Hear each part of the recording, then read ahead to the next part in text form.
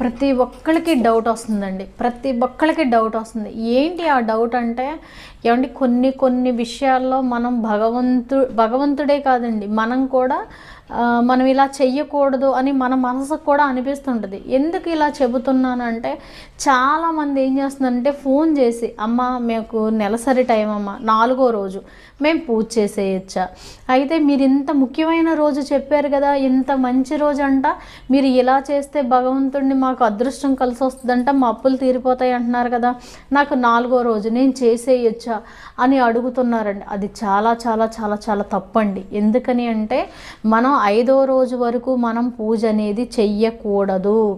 ఎందుకనంటే అది తప్పు. మన మనసు కూడా అనిపిస్తుంటుందండి. ఎందుకనంటే, అయ్యో నేను పవిత్రంగా లేను కదా, నేను వెళ్ళి స్వామి పాదాలు అంటే స్వామికి దీపం పెట్టి నేను స్వామి పాదాలని ఎలా పట్టుకుని నేను సేవించను అని